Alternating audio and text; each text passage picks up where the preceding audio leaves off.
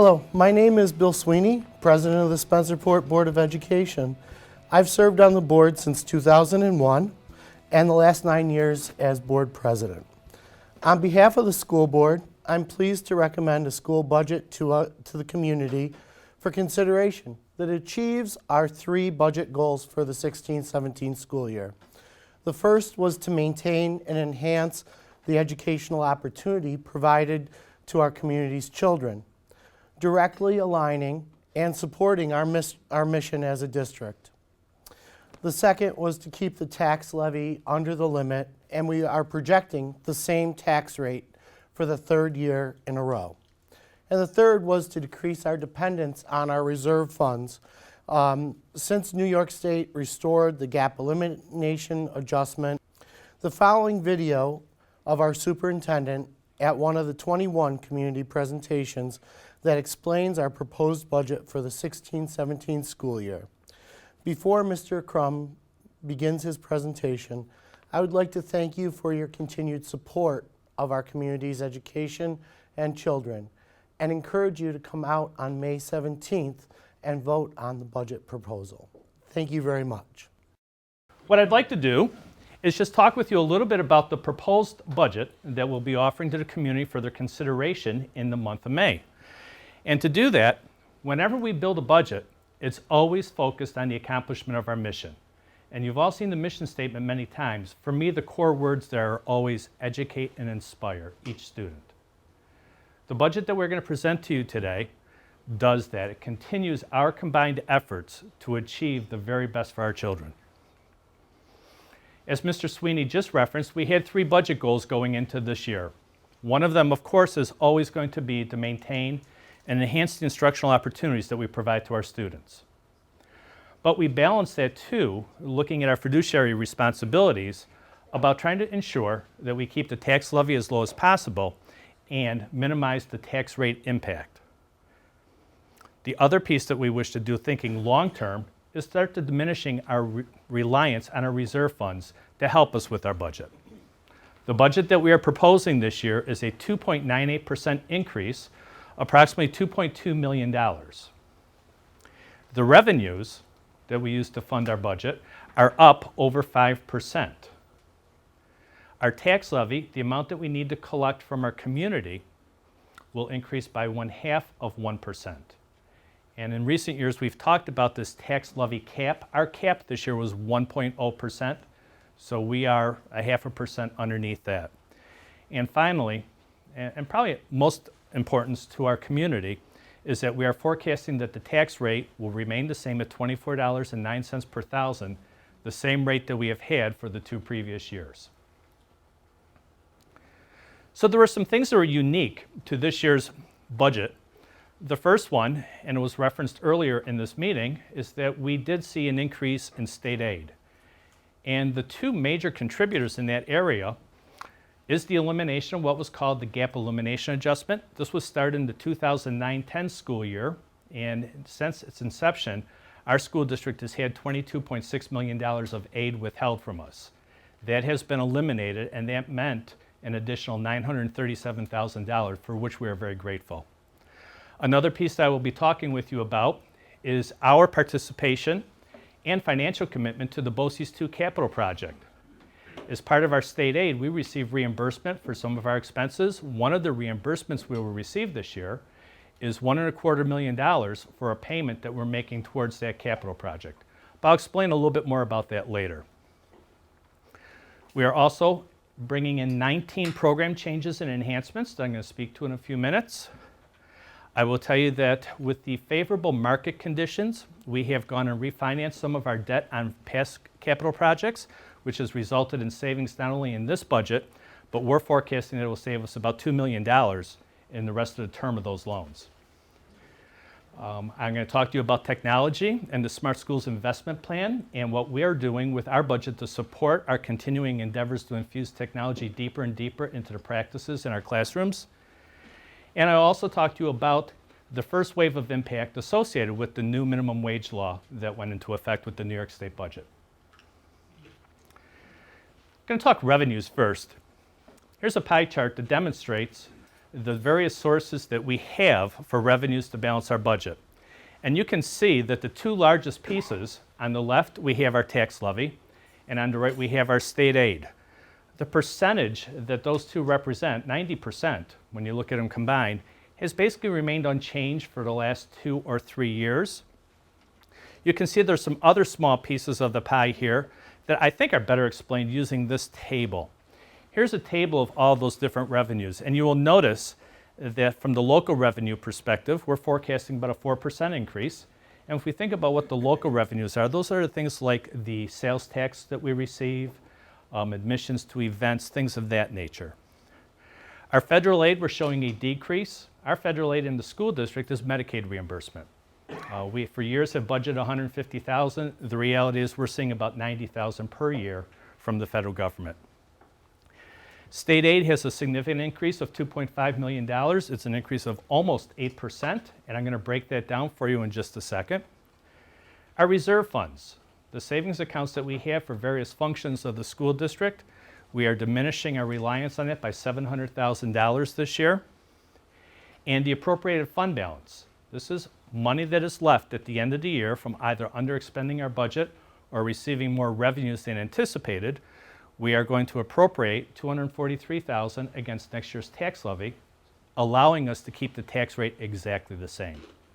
And it's kind of interesting this, when you look at the $243,000 for the appropriated fund balance and the reductions of the reserves for about $700,000, that's equivalent to the gap elimination adjustment that was restored in this year's budget.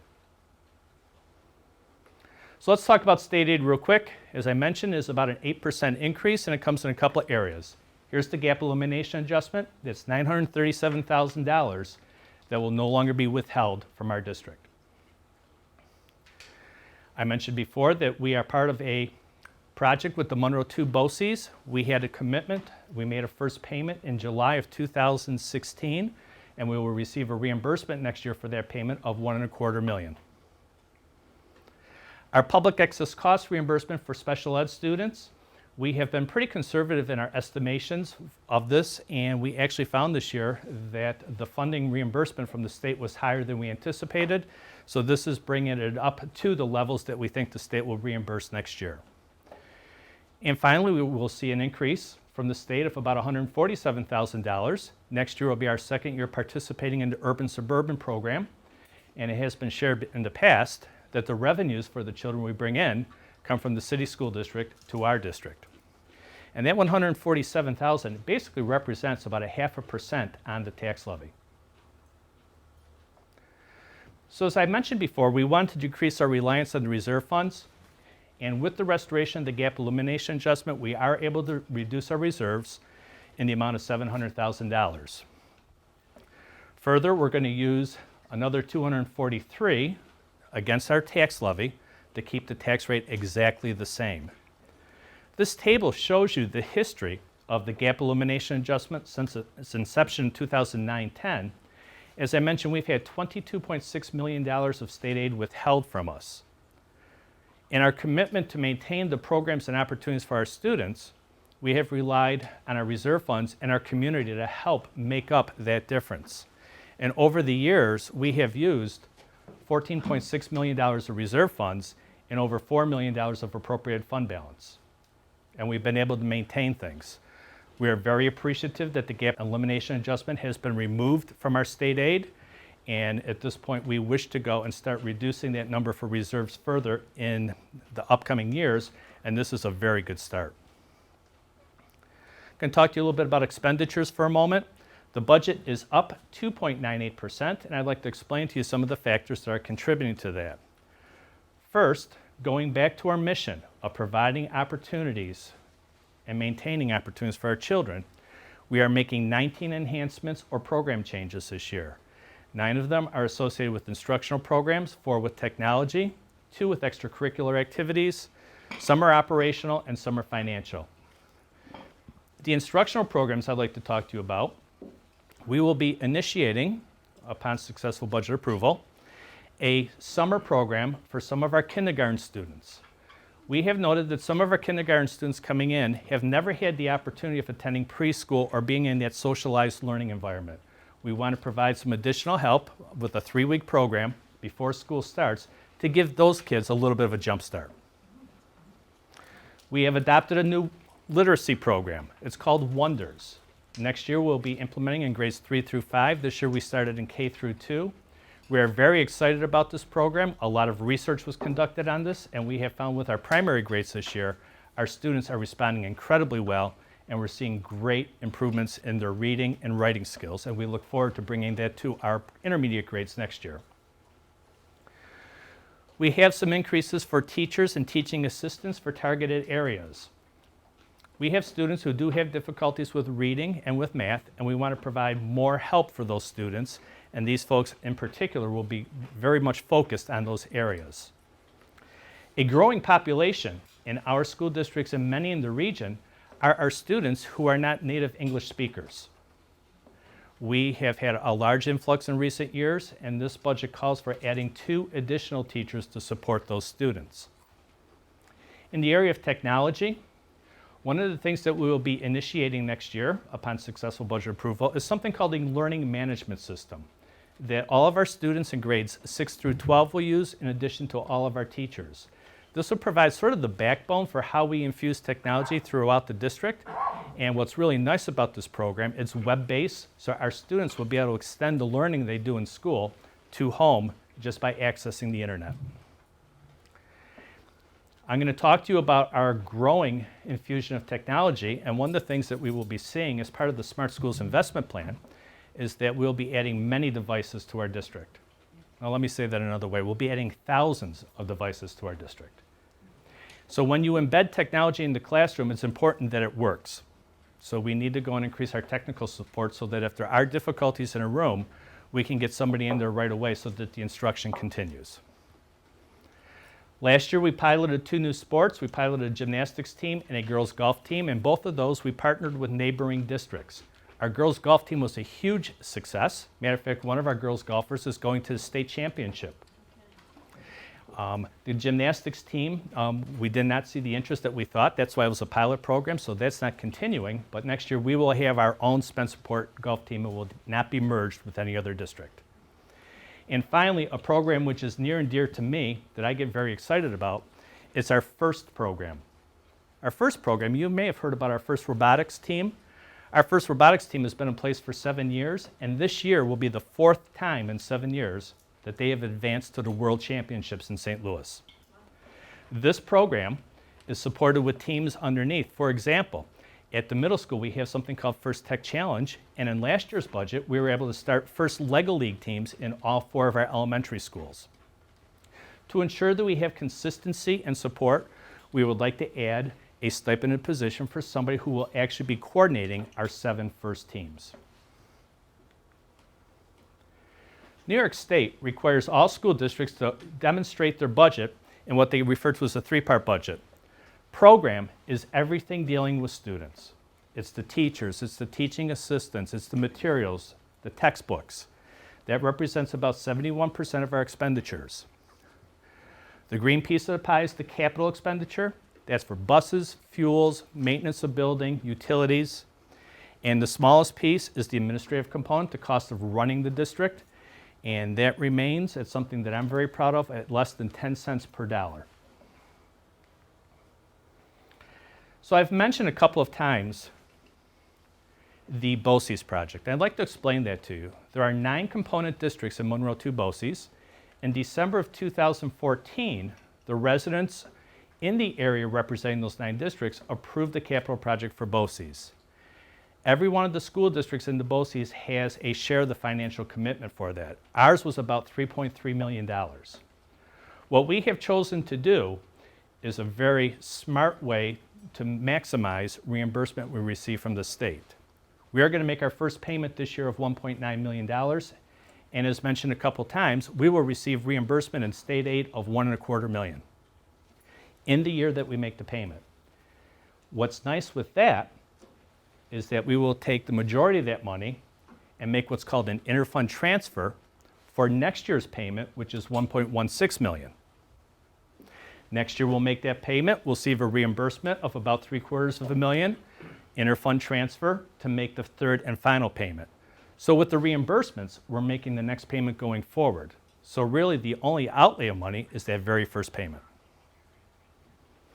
The other interfund transfer that we have added to the budget this year is for our school lunch program.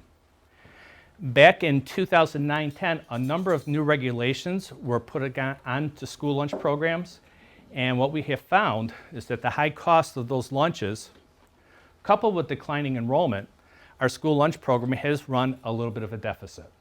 So we are going to do an interfund transfer in the amount of the deficit of $215, and we know that in future years we will still need to go and do some of that, because until things turn around regarding the regulations or enrollments go up, or we find otherwise to maximize how we put our meals together, we anticipate having small deficits going forward. On the topic of enrollment, this chart shows us a number of things. The first thing, if you look at the blue bars, that's the enrollment. Back in 2009-10, we had just over 4,000 students in the district. Next year, we are forecasting a little bit under 3,600. So you can see the decline in those bars as you've gone through the years. The red line represents the number of staff we've had in the district, and green represents the number of full and part-time teachers. And it's interesting because you can see that up until last year and this year, the lines are parallel. Over the last 2 years, we've been fortunate to add some enhancements to our instructional program to benefit some of our learners. So that's why you'll see over the last 2 years, it's been a little bit flat. Looking forward a little bit, the decline that we saw in enrollment is now turning around. And our evidence of that is at the elementary level, where we are forecasting an increase in enrollment, while we still will see enrollments for the next 2 or 3 years at both the middle school and the high school level.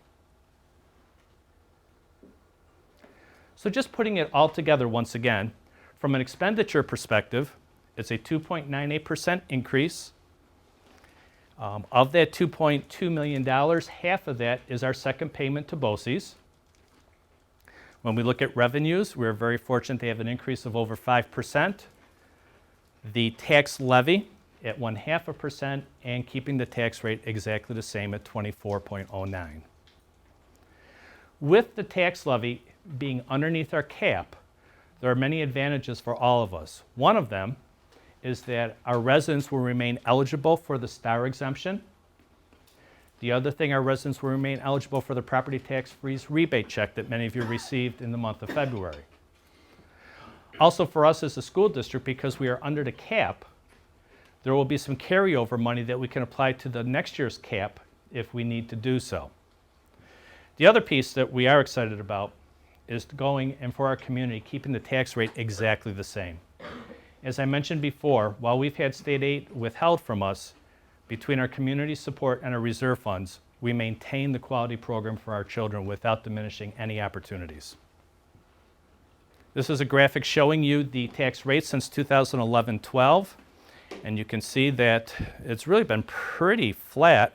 Matter of fact, we had a decrease a couple years ago, and we've been at the same rate for 3 years in a row. I'm always careful, though, to share that if your home has been reassessed at any period of time, while the rate may have gone down or stayed the same, your tax bill could have gone up. But that's a matter of the assessments. I want to talk a little bit about return on investment. When I look at our school district, Buffalo First does an analysis of every school district upstate. And when they look at our region, which is the Rochester-Monroe County Finger Lakes region, they find that of the 67 school districts, we are number 11. When we break down further and we look at Monroe 2 BOCES, the 9 component districts that I mentioned before, we are number 1. Superintendents are known to be competitive, and I have said on more than one occasion, Spencerport is the best in the West, and I'm very proud of that. We have done a lot with technology infusion over the years, and we are excited about what the future holds for us using our Smart Schools money. We currently offer 18 advanced placement courses at the high school. Great opportunities for our students to find the rigor and relevance of a college level course, but many of our students actually earn college credit. So that's very advantageous. I've mentioned FIRST Robotics before, and this being their 4th time in 7 years of going to the World Championship. Our music program is nationally recognized. Matter of fact, they just returned from Williamsburg last weekend, and they just swept the competition. Everything. They just did fantastic. They were the top school district at the competition. very proud of our children. We offer many dual credit courses, which are collaborations with colleges like RIT, MCC, and others. Our athletic program, lots of ways to measure them. The one that I particularly like is that of our 26 varsity sports, 19 of them maintained a grade point average of 90 or higher during their season. That says a lot about our kids. If you think about the time that they spend in practice and at games, their academics never slip. Also, on the topic of athletics, one of our seniors, Max, was named Academic All-American for swimming. That's absolutely amazing. That's a wonderful honor for Max and also puts a nice spotlight on Spencerport. And finally, when we look at our seniors who are going off to college, last year's seniors utilized $200,000 of college scholarships at the school that they are attending. Additional, when we think about the accomplishments of our children, it's because of the quality staff that we have here and the programs that we offer. This past fall, the New York State School Boards Association recognized Spencerport and one other district with their prestigious Be the Change Award. This was for our technology infusion and some of the great work that we've been doing in our schools. Also, our high school principal, Sean McCabe, was recognized by the New York State Council for leadership and student activities as the Principal of the Year. One of the local television stations runs an award called the Golden Apple. I will tell you that television station makes a lot of trips to Spencerport to go and recognize our teachers for the work that they do with our kids. And the final accomplishment I'm going to share with you, our middle school social studies teacher, Frank Caffarella, received a national award from historians for his work and how he brings that into his social studies curriculum. We have leaders everywhere you look in the district, and it's with good people that you get good things happen for kids. On May 17th, we'll have a vote. There's one proposition on the budget, and that is for our budget of $77,130,717. Included in that is an authorization to use our reserve for classroom equipment in the amount of $95,000. We're buying some new furniture to support our work with technology, and we have a reserve fund so we can offset that expense. Additionally, community members will have the opportunity to vote for the Board of Education. There are 3 spots open. 2 spots are 3-year terms, and 1 spot will be for a term of May 18th of this year through June 30th of next year. We had a board member retire from the board mid-year this year, so that's filling the remainder of his term. We have 5 candidates. Mr. Sweeney is running. He's an incumbent. Mr. Bracken's an incumbent. Mrs. Tyler's an incumbent. Also, Catherine Zarnecki and Greg Kincaid have all put in petitions to run for those 3 seats on the board. On Tuesday, May 3rd at 7 o'clock, in this room we'll have a budget hearing where I will go back and present the budget as I have done for you today. We'll also have what's called a Meet the Candidate night, where all 5 of the people running for board will be available and questions will be posed to them for their response. We will be videotaping that and placing that on the website as well. Before I finish, I'm going to stand on my soapbox a little bit, and I do this every year because I think it's important to bring this up. I have a chart up here on the screen that shows that back in the 2004-2005 school year, we had 2,256 people vote on the school budget. Last year, we had 1,214, over 1,000 people less. Now, that trend is not just unique to Spencerport, that happens everywhere. That we have been finding that people are not coming out to vote on school budgets. We think it's an important decision, and anything that you can do to encourage people to come out to vote would be greatly appreciated. The other line shows the voter approval rate, and over the last 4 years we've had voter approval rates of 70% or higher. Key point is we need to have people come out and vote. So the vote day is Tuesday, May 17th. Polls will open at 6 in the morning, close at 9 o'clock at night. We have the same 3 voting locations, the Munn Elementary School, Taylor Elementary School, here district office. The district is zoned, and you have to go to the location aligned with where you reside. We will be sending out postcards to our community members this year just with a reminder as to which of the 3 locations they go to. Further, we'll have an online address lookup on our website that you can check it out as well.